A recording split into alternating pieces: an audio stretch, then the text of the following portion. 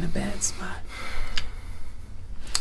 Hello and welcome to another episode of Sitting with Stephen Parker. I am so glad you guys tuned in today to join in this wonderful conversation. If you would be so kind as to push the share button so that we can bring some enlightenment to our community about some very, very important issues. Again, we thank God for you and we thank God for your continued support. I have two very courageous women with me today. They are mothers of a grandmother and a mother of two sons who were killed by police violence, and we wanted to have them on the show to talk about their experiences and all of the things they are doing to bring justice to their grandson and their son. First, I have Lady Wanda Johnson. She is the mother of Oscar Grant, who was killed January 1st, 2009. And also I have Lady Sequita Thompson. She is the grandmother of Stephon Clark, and they're with me. Hello, ladies. Hello. Thank you guys so much. I appreciate you for taking time out of your schedule to deal with this very serious issue and very, very tough issue for you guys, especially at this time. And I'll start with you, Lady Wanda. Your son, Oscar, we've talked about him. One of the most, I believe, publicized murders. And let me say, there have been so many other sons who have been killed who didn't get the attention that your sons and your grandson have gotten in the community. And so it's happening all over our country. But tell us about Oscar. What was he like? So Oscar was a very energetic young man. When he was young, he was in the choir at church and on the usher board. And he would always be the first one to volunteer to do the altar prayer. He loved to, I think he loved that attention. I think he loved that. And so he loved to pray, and he loved to do scriptures and quote scriptures. As he was growing up, he went to private schools, the majority of his life. He went to a public high school.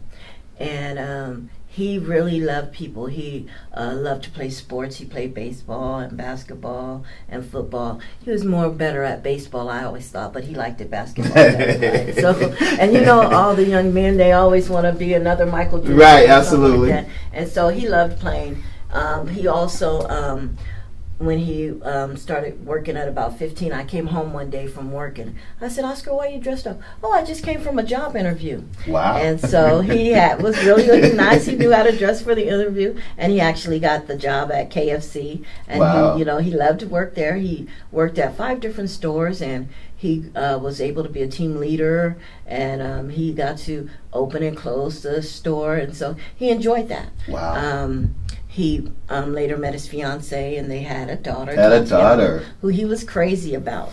During that process of time, my father had a stroke. Mm-hmm. And so he would always be my father's right hand. So whatever my father couldn't do with his other hand, Oscar would really work to try to help him to complete whatever he was trying to do. Wow.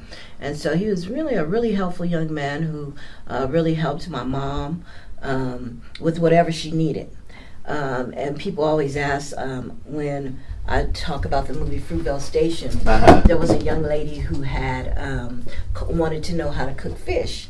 And people always ask me, is that story true? Right. And so I'm like, yeah, we was sitting right at home. Oscar was at work, so he called, and we walked her through. My mom actually walked her through how to cook fish and what kind of fish to buy. And so Oscar was that kind of person who he would try to help whomever he could help. Right. I remember one day I came home from work, and his sliding room door was open. And I'm like, why is the sliding room door open? It's cold in here. And so I walked to the door, and I seen a cord. And so the cord went from my balcony, because I lived above someone, downstairs to the other person's balcony. And I'm saying, why is this here? And so I just unplugged it, immediately, and shut the door. And so the person who lived downstairs came and knocked on the door, and they said, is Oscar home? And I said, no, he's not here.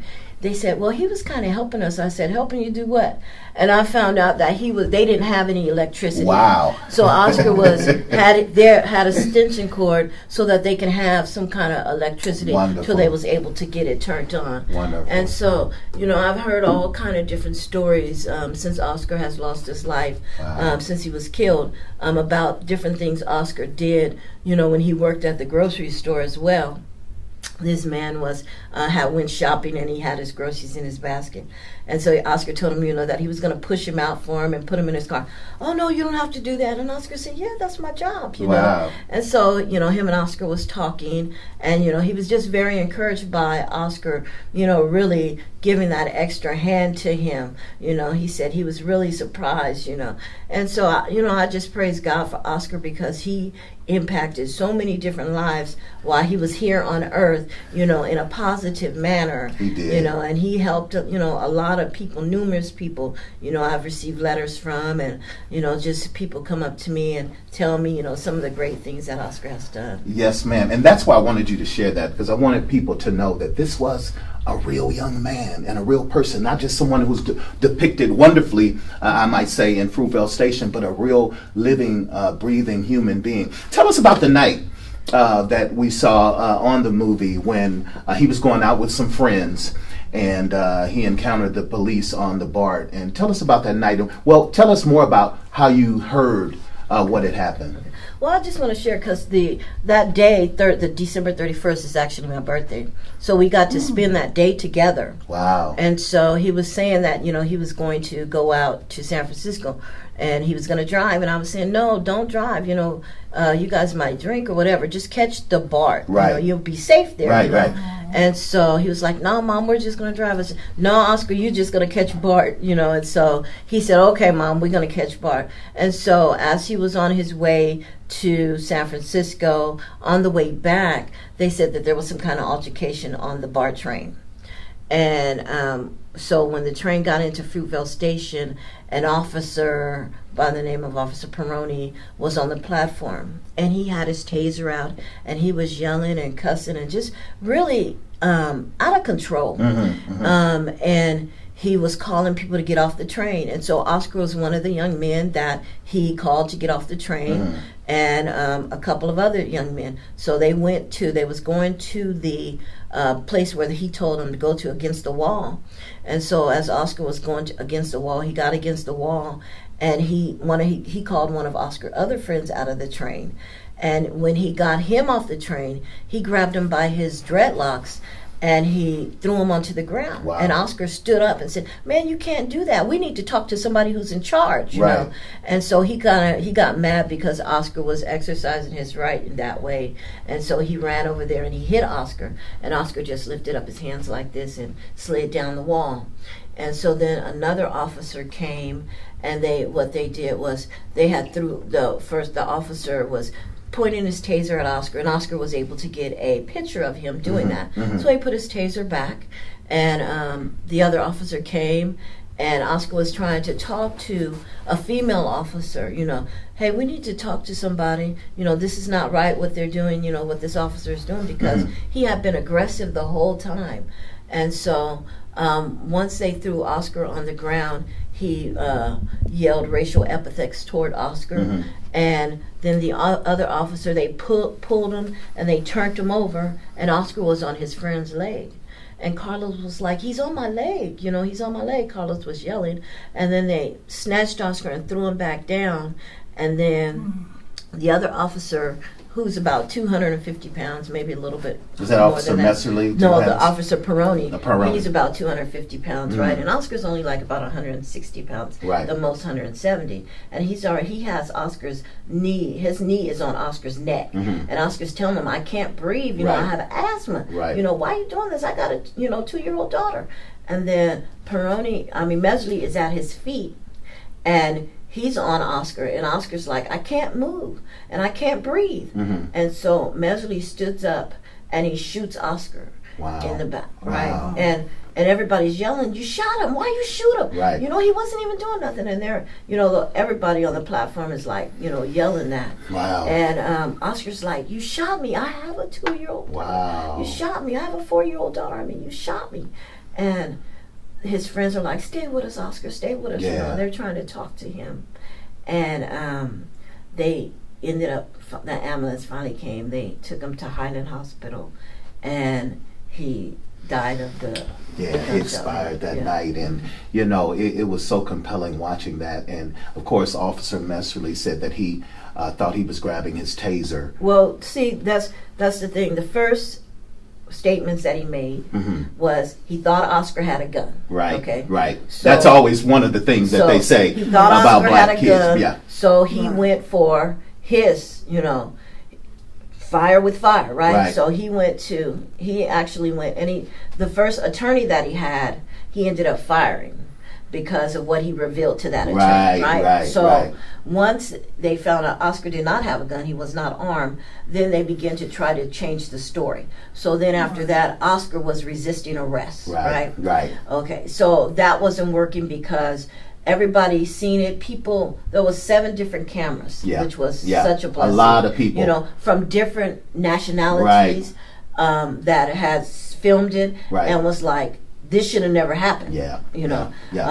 They talked about how aggressive the first officer was when he came, and so when that wasn't working with the resisting arrest, then the next thing they said, well, oh, he had taser gun confusion. He didn't know his gun from his taser, which hand. And so we was disputing that because we knew that, no, you knew because Oscar has his last picture of you with your taser in your hand. So you know what won. And so we said, if it was an accident, okay, the very least thing you could do is say, you know what? I made a mistake. It was an accident. Okay? Yes. Never, did he ever say that, okay, until it was time for us to go to court, right?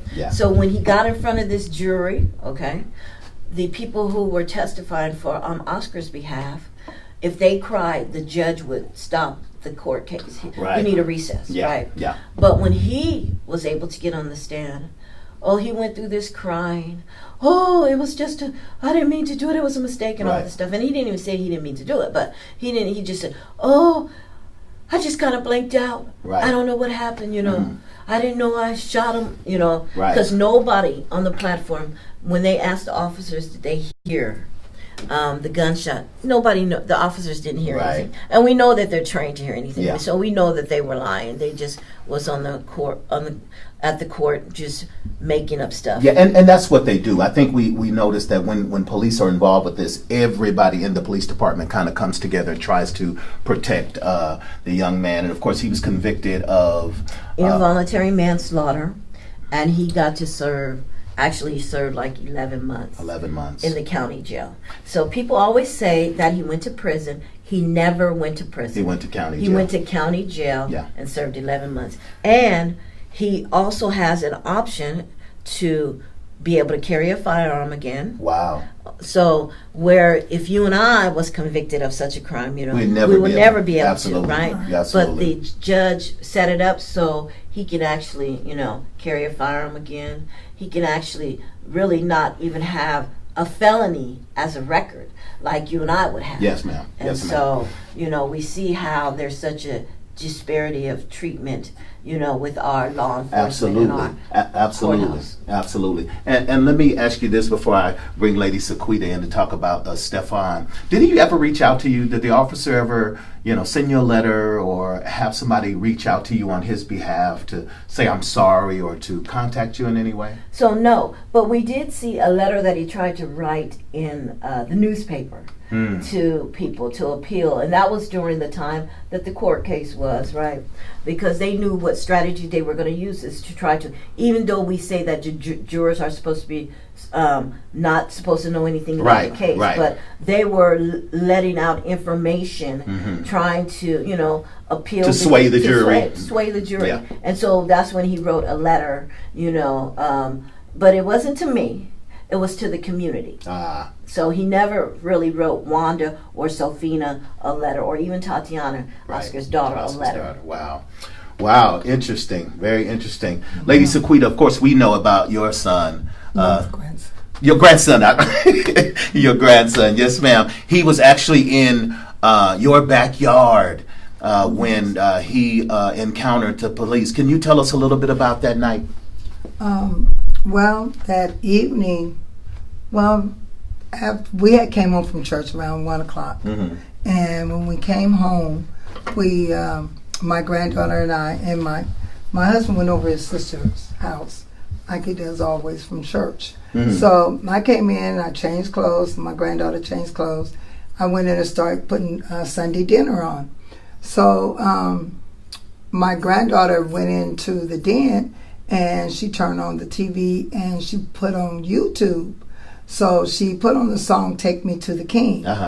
And so she made up a praise dance because she does praise dancing, but she made her own up. Wow. And so she said, "Grandma, I want you to come see this."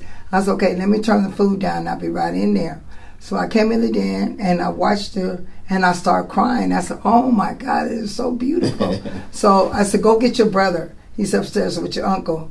And they was in the studio. So he... this is Stefan. Yeah, Stefan and his uncle Curtis. Wow. Yeah, and so he went upstairs. So she went upstairs. She said, "Grandma, my brother said he'd be down in a minute, but Uncle's doing something." I said, "Okay." I said, "But when they come down, you can show them, right? You know, with the dance, because I'm so proud of you, baby."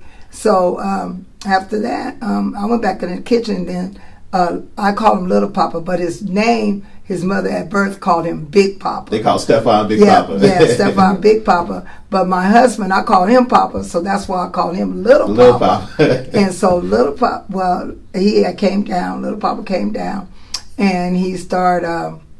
I said, "Oh, watch, Little Papa, you're going to start crying," because I was crying. And I said, "Come on, Kaden, do it." So she did the dance. She put the "Take Me to the King" back on, and he started crying. Wow. And so he started hugging her, and he said, "Oh, you did good." I said, "I told you, Little Papa, you was going to cry." He said, "Yeah, Grandma, you crying too." And I was crying back again. So then he had left out the room, but he was kissing and holding her up. Yes, ma'am. And I went back into the kitchen and started checking on the food. So then after that, I said, "Where's your brother?" Because dinner's almost ready. Go tell your uncle and them to come down. And so then she went outside in the garage and she said, "Papa said that," that's my husband, Papa, her grandpa. He said that Little Papa left with his friend in a white car. And we said, "Oh, okay." So then she went and got her Uncle Curtis, and he came down and he recorded some of this, what she was doing the dance. Right. He started recording. He said, "Oh, yes, that is good." So then after that, my son left. I think he left for work. And then, so me and Kaylin and Papa, we just ate dinner. And then after that, she wanted to watch TV in the den, and then I wanted to get on the computer. She fell asleep. So I was on the computer looking at some of her praise dances at church, at Boss Church that we go to. And so while I was looking at that, it was about like 8 or 9. I can't be absolutely sure, but I know it was nighttime. And so my husband was in bed. He had got it with, he had put him to bed, and he was in bed. And so then late on that night, I'm at the computer, and I just heard bam, pow, pow, pow. I mean, I just heard it was just like in a row, and I was scared. Wow. And I got on my knees, and I started praying and asked God to help me get over there to her. And I pulled her legs, just her legs down, because she was knocked out and she was heavy. So I pulled her down, and I was on the floor with her. And when I got on the floor with her, she said, "Grandma," she started waking me, "Grandma, what's going on?" I said, "Baby, they shooting, stay down, stay down." And those shots sounded close. You knew they were real close. They was real close, because they're right there. But, okay, here's the patio right here, and here's the couch. Okay, that's, okay, right over there is the, where the computer and the dining room. Okay, and here's the patio's curtains, and here's the couch right here. So this is the patio curtains, and the couch is right there. And that's when I pulled her, because it's a chasewood couch that's long on, it's a sectional, and it's a chase one. That's the part she was on. So I pulled my grandbaby, and then we got on the floor. And like I said, she said, "Grandma, what's going on?" I said, "They shooting." And it was real close, because she could have got shot. That was nobody but God that saved us. And so we crawled, and I said, "Stay down, stay down." So we crawled all the way to the bedroom. I said, "Papa, call police." He said, "I just heard somebody call my name, and I just heard gunshots." I said, "Well, Papa, call the police. I don't know if it's way back over there in the apartments. I don't know where it's at. But it was right there in the den. I could see the light. When they kept shooting, it was... You could see the flash from the gun. And I didn't hear nobody say no police officer. None. That's why I assumed it was just somebody, in the back, way in the back, because there's apartments and church behind us. And so anyway, my husband finally called the police. He told me, do you got the phone? I said, no, call the police. I'm up saying, call the police, baby. And so then he finally called the police, and they didn't come for a long time, but everybody else was calling, talking about, are you guys all right? And I said, yeah, we all right. And they were saying, well, there's somebody, all the police in front of your house and the yellow tape and stuff. I said, ain't nothing happened. They didn't tell me nobody was dead or nothing. They didn't tell us nothing. Wow. Okay, they just kept coming in and asking me how many shots did I hear. And I said, I heard 20 shots. I heard a lot of shots. And then I was asking my husband questions. And then it was like, it was like 1 o'clock in the morning. Then finally some detectives came in. And the first thing I said, I don't know why I said that, but I said, I hope y'all didn't kill none of my grandkids because they go through the backyard to come in the house because we sleep hard, for one thing. And, you don't give teenagers, the teenagers keys, stuff to the house because, our kids will lose them and stuff like that. But we always will get in because Papa have the garage door opener. Right. And he'll raise the garage open for them so they can come on in. Or so I'll just go to the door because they know we sleep heavy. Mm-hmm. So anyway, while the man just kept on asking questions, he said, well, he said he didn't say nothing when I told him. I said, I hope it don't be one of my grandkids. So then he asked for pictures. These detectives asked me for pictures of my grandsons. Wow. And I have a lot of grandsons. So my wall is, because I love pictures and I love family. Yes, ma'am. So I have a whole lot. So then he said, well, do you got pictures? I guess he was trying to say, do you got more pictures? So I showed him little Papa, Dada Stefante, his brother, and Jalen, and little Curtis, that's my son's son, and I got a lot of grandsons, Jay Twan, all of them. Right. So he looked at little Papa's pictures for strange. That's Stefan. Yeah, he looked at Stefan's picture, kind of like, and then I didn't really say nothing. It was just in my heart. God was just telling me, and then he went outside and he told me, don't look out the window. Wow. Don't go outside the house. Wow. Couldn't go outside the house or anything. And my granddaughter's shaking. Now you got to remind me, she's still holding on to my leg. Right. And I told her, no, go in there with Papa. Go in there with Papa. Because I didn't want the officers saying like somebody died. Because I did ask them that too. I said, did anybody get killed in my backyard? Uh-huh. And that's when he said, yeah. And he asked for them pictures. I think it was before he asked me for the pictures. Wow. Then he told me somebody did a victim. He didn't say your grandson, no, he just said a victim. Okay. And so then my heart just dropped. Wow. And then I start shaking, and I told him, I said, listen, I didn't have 3 open heart surgeries. Wait a minute. Just wait a minute. Just, he left out. Mm-hmm. He left out, and he just said, ma'am, please don't look at the window or whatever. Right. So soon in and out, it's just like God was telling me, go look in that back window. Because why would you tell me not to look? Right. Why would you even ask me for pictures? Right. And so when I went back there and I seen him on that ground with blood everywhere. Gosh. And I seen his cell phone was up here. The gold earphones was back there. And blood was all over him. Gosh. And he was laying right there by the window, Papa's window, our window's right there, and the big patio is right there. That's why I know that we could have been dead, me and my grandbaby. Yes, ma'am. But do you know, he got nerves. They came in. I told him, you don't get out. But my husband said, calm down, baby, please calm down, because you're going to have a heart attack. I said, tell them, get out of our house. Wow. Don't come back in here, get out. Wow. Because you guys are murderers. Wow. And that's what happened. But that whole day, I thank God. I even took pictures. Yes, ma'am. I don't know what made I'm a picture. Yes, anyway. So I took pictures that day of him and his sister. After she did the dance before he left. Right. So that's what I'm saying, that they didn't have no remorse. They was trying to come in the house. I locked the door. Mm-hmm. I did not want to talk to them. I didn't want to see them. All they just wanted to get in touch with my daughter. They wouldn't let me talk to none of my kids, and nobody could come up in the house. I said, well, look, my husband got to go to dialysis. And it was Sunday when they killed him. And Monday he had to go to dialysis. Wow. And he had dialysis 3 times a week. Yes, ma'am. And so after that, my granddaughter, she was up crying.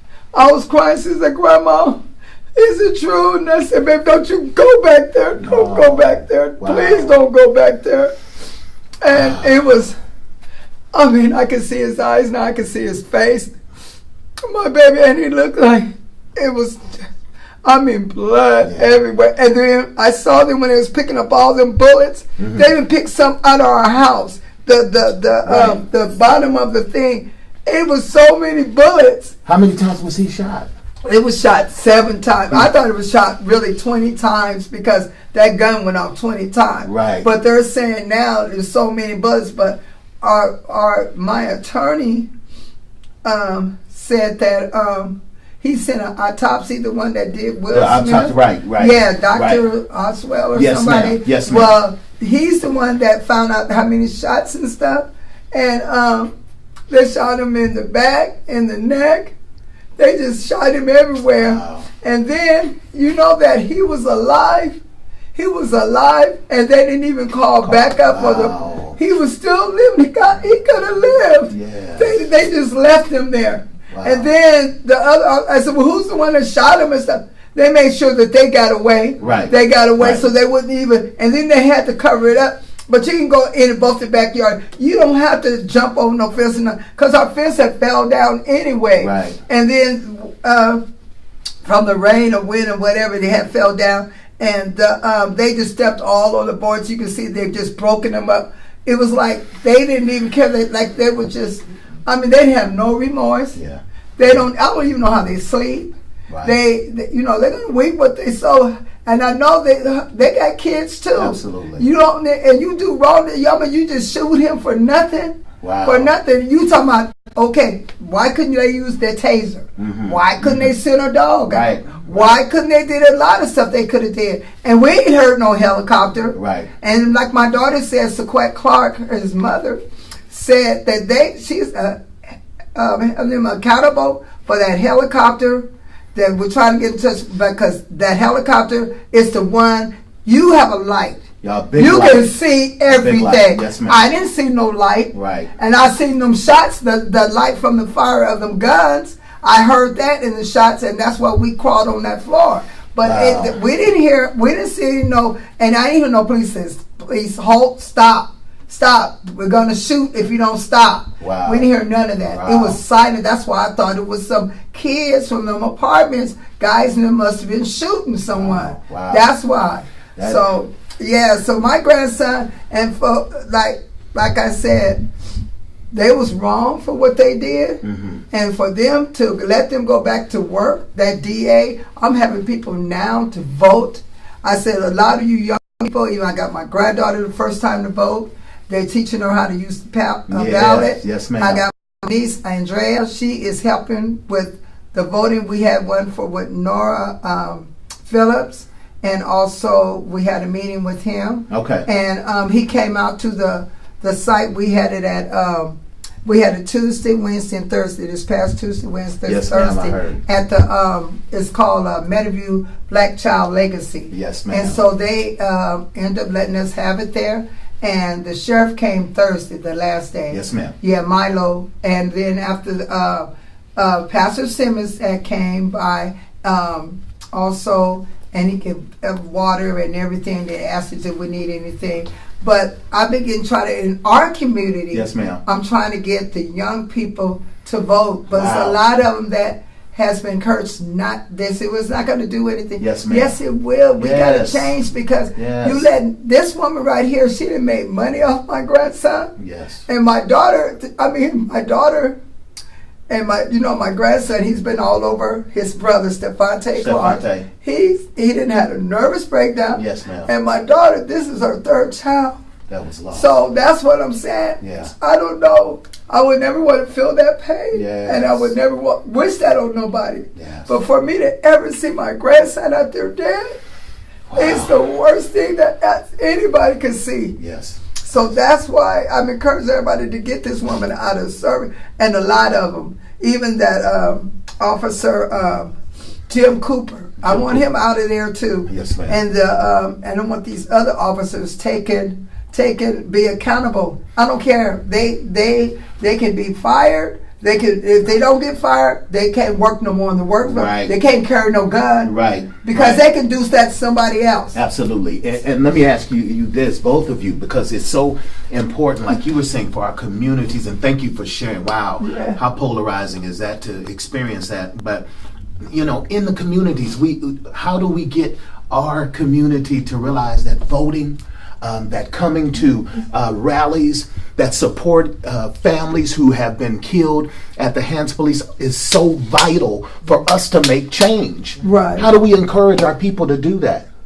We just got to keep educating them and talking to them. That's right. Even with being on the jury pool, when we did our jury trial, we didn't have any African Americans, and they were trying to disqualify them anyway. Right. They would ask, "Do you know anyone who ever been arrested?" Questions like that. Right. Like, you know, and how many of us don't know, you know, people that have been arrested, or do you know anyone in jail? They would ask different questions like that. But we got to keep encouraging Yes, ma'am. our African American people and brown people to make sure you vote. Yes, ma'am. Yes. Make Yes, sure ma'am. you become part of the jury pool. And the reason why we want you to vote is because your vote will make a difference. It will. You know? Yes. It will. It will make a difference of who is going to be our next elected official. Mhm. And so Yes. I always encourage people to make sure that they're voting, you know, to talk about it, because people feel like they don't really have to be a part of that, and you do. Yes, Even ma'am. the Yes. Christian community Yes, ma'am. needs to be a part of that. You Absolutely. know, oftentimes we want to try to isolate or separate, you know, our worship from our community thing, and you can't do that. You have to really study the scriptures and really walk in that together, because through our relationship with God and our church community, Yes, ma'am. we can make the difference Yes, ma'am. in our society. But we want to continue to isolate and have us inside the walls of the church while the community is outside. That's and right. until we say, you know, we're going to take it to the streets, when we do that, That's that's right. when we're going to That see makes that a difference. change. That makes Yes. a difference. When people Yes. come together and we start making Yes. noise, Yes. that's when Right. people pay attention. And then as far as political, when we get the right people in office, they can start making Changes. better requirements for Yes. police, Right. Yes. you know, screen them better, Yes. you know, and make Yes. sure that they are accountable and have relationships with the people in the community. Right. They used to have Exactly. community policing where the police would drive up and down the street, "Hey, Mr. Yeah. Johnson," you know, but now they get people and they're shipping them from out of town, and they have no relationship or connection to our communities. What would you say about how we can begin to deal with our young black men, particularly who have communication with the police? What do we say to them to help them better come from that communication alive? What do we say to them? You know, how do we have them? Because there has to be some sort of communication that would not put the police on guard. You know, disarm the police. You know, what would you say? So you really can't, okay, because you don't know the police's mindset Right. for that day, okay? So you have to, one of the things that I do with a lot of our young men is I say, listen, you know, we understand you have a right. You can That's right. exercise your rights. But we want you to know when to exercise your rights Right. and when not to exercise your rights. And when you're dealing with the police officer, because you don't know what that officer has been through all That's day, right. where he might want to take it out on you, we say, don't exercise your right even though you have a right. That's right. We say to wait till you get home, Mhm. just try to remember that officer's names, Right. let your parents know, or get with somebody and write that form of complaint that needs to be written. Right. You know, because that will help. At least you'll be able to go home. Go to home. the family. Make Because it that's all home. that we're worried about is you getting home. Getting home. Okay? Right. And then we could deal with the aftermath of the encounter with the police officer after the That's fact. right. But we want you home safe. That's right. That's right, Lady Yes, Thompson. yes.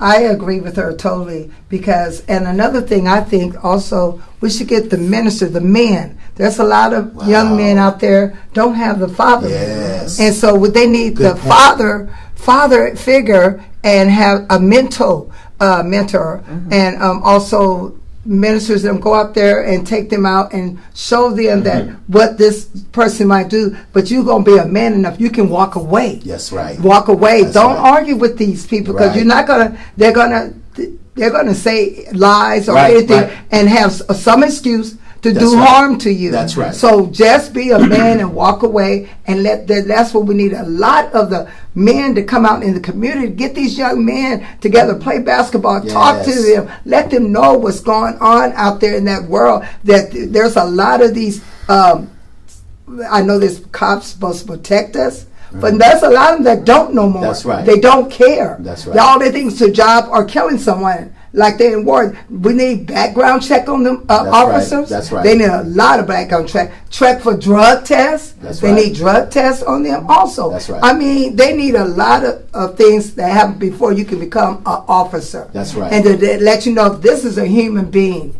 You can talk your way. You can talk to them. Yes. But if you can't talk to them, get someone who's professional. There you go. That can help them. People. Wonderful point. But you just don't go out and just killing people. That's right. For no reason. They thought my grandson had a tube. Then they thought my grandson had a gun. Right. He didn't have none of that. Right. A cell phone. A cell phone. A cell Isn't phone. that And now they're trying to manipulate that by someone making a gun. A cell phone look like a gun. Who does that? Right, you know, who right, does that? right, So right. that's why I'm saying, no, we need to get out there and vote, teach our young people, because like we was raised growing up, I got to calm down. Yes, But we was raised coming up. We didn't get to vote like, our parents told us about it.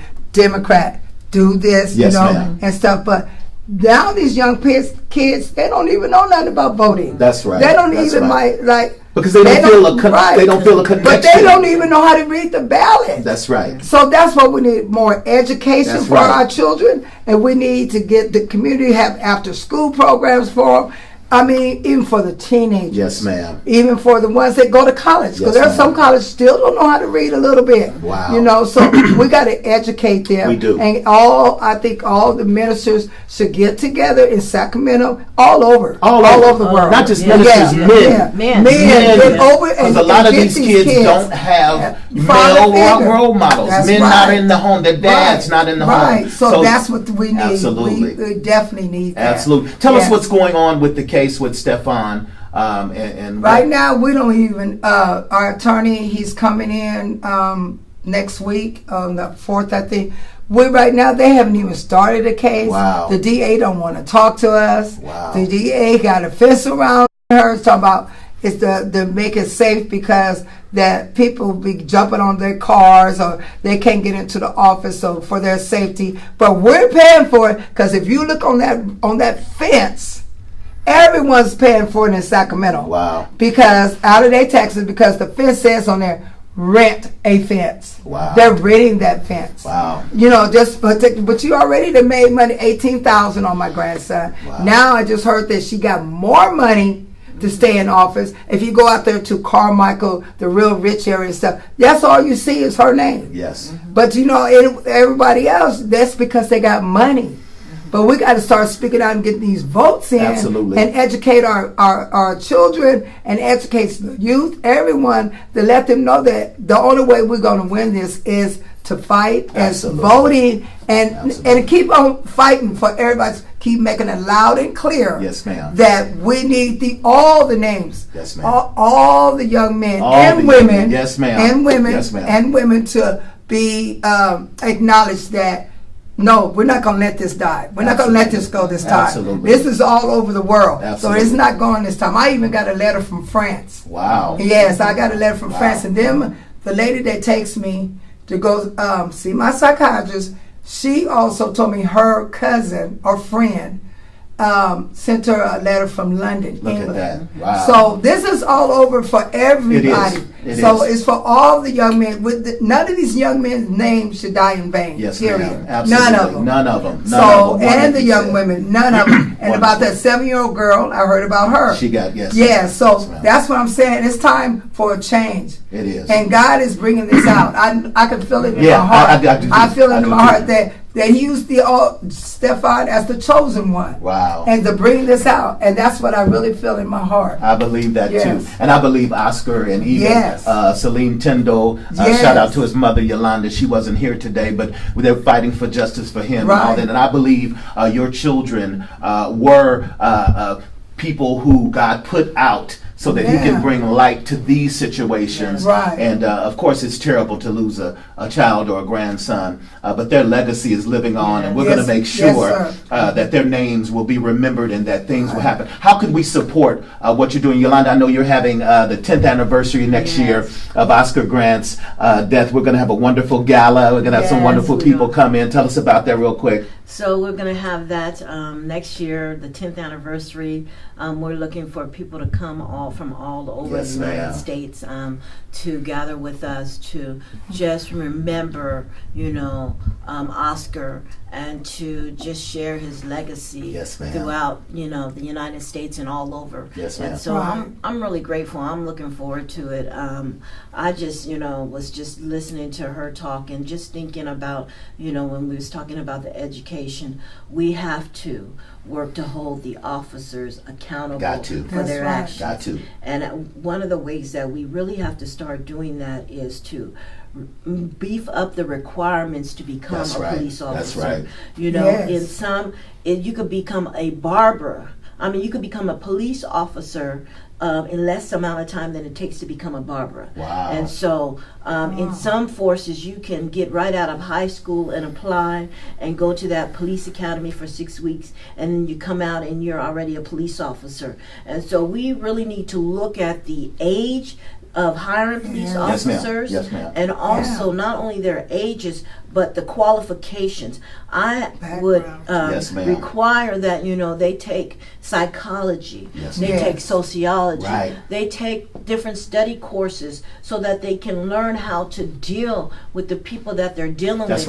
And then they be required to not just come from 100 miles away to work in that community, but if you're going to police in Oakland or Richmond or in Sacramento, that you live there, that you do some community service there, so that you get to know the individuals that you are dealing with, because oftentimes they don't know who they're dealing with. They come in with the preconceived idea about how this neighborhood is ran and the people in the neighborhood.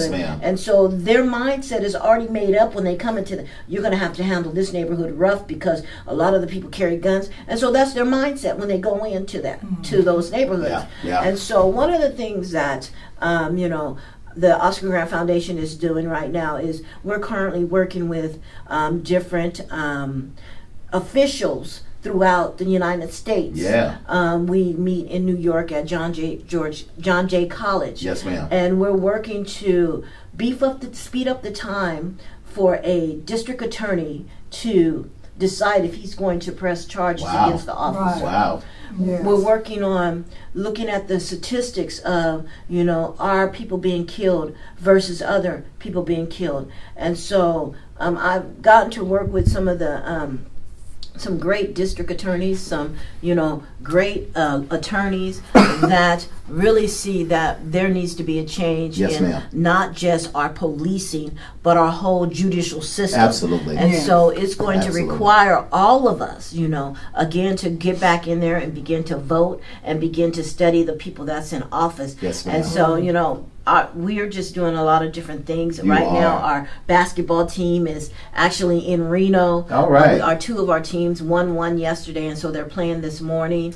And we have our school supply drive coming up in August. I love that. So so we're working, trying to, change different things in our communities as much as we can. And if you know students who are graduating from high school in the Alameda County District and the San Joaquin County District, we ask that you'll apply for scholarships online. How do they apply? Go to the Oscar Grant, www.oscargrantfoundation.org, and you could go online and apply for the scholarships. Wonderful. Great. And we're going to be a part of that. You guys are going to be hearing a lot more about the Oscar Grant Gala. Lady Thompson, tell us how we can support you and Stefan Clark and what's going on with you. Well, right now we're trying to I'm trying to get people to go out there and the family to get justice by getting this woman out of office. And also, like I said, I've been doing campaigning for the DA who's running, Nora Phillips, and also been campaigning for Milo Fitch, and also I just been out there trying to talk to the young people. Yes, ma'am. And let them know what's going on. And I have a lot of support. I have a lot of support. My granddaughter's grandmother, Yes, she's ma'am. out there every day. And also Andrea, she's the one that she can register. And also she's been doing people that for petitions against the bills, against the laws. Right, wow, that's important. So we've been out there, like I said, at the Black Ladies. We just started it, but it ended Thursday. So now she has another plan for us to start doing, and I have to know about that Tuesday. Okay. That's after the holiday. Very good. And so we're just going to keep fighting for justice. There you go. And they have Black Lives Matters. And Sonia's the one I talk to. They out there every day protesting. Amen. They're really out there protesting for him. I love it. To keep his name, say his name, Stephon Clark. Right. So they're out there, and also we're just trying to get the community together and people in our community to start getting there, because I want to talk to the pastors to let them know we need your help. Absolutely. We need your help. Absolutely. So to get these young men off these streets, because it's summertime coming. Yes, ma'am. And it's going to be a lot going on. So we need support from all the pastors. And even the men that's mentors. I mean, just come out there and be a father figure for our youth. Even the women come out there for the girls, because we don't need the young women, because it is getting hot and these kids don't have nothing to do. That's right. And we don't want no more killers. We need them get jobs from doing the car wash, cut the yard. Right, like we used to do back in the day. So, like that and everything. Get them together. Wash the car, because my car needs washing. So Wonderful. So we need to get all that out and just encourage them and start doing. Not when we march, we start marching for all of them. That's right. In the place of Stephon Clark. Get on the days that we ain't got nothing to do on Saturdays. Let's all go downtown or go to the parks and start marching and get it out, signs and everything. Say, no, we need justice. That's right. And we all got to stick together. Wonderful. Yeah. Wonderful. I Wow. want to encourage you to, keep fighting. Yeah, man. Oh, I am. And keep pushing. Yeah. Yes, ma'am. No matter how hard it gets, it just keep on moving forward, because the race isn't given to the swift nor to the strong, but it's about enduring. Amen. And those officers, the chief of police, the district attorney, they can come out of office. And I'm a living witness, because when Oscar was killed, the community, I thank the community for what they did, because, they stood up. They saw the injustice. And through that, the chief of police, he resigned.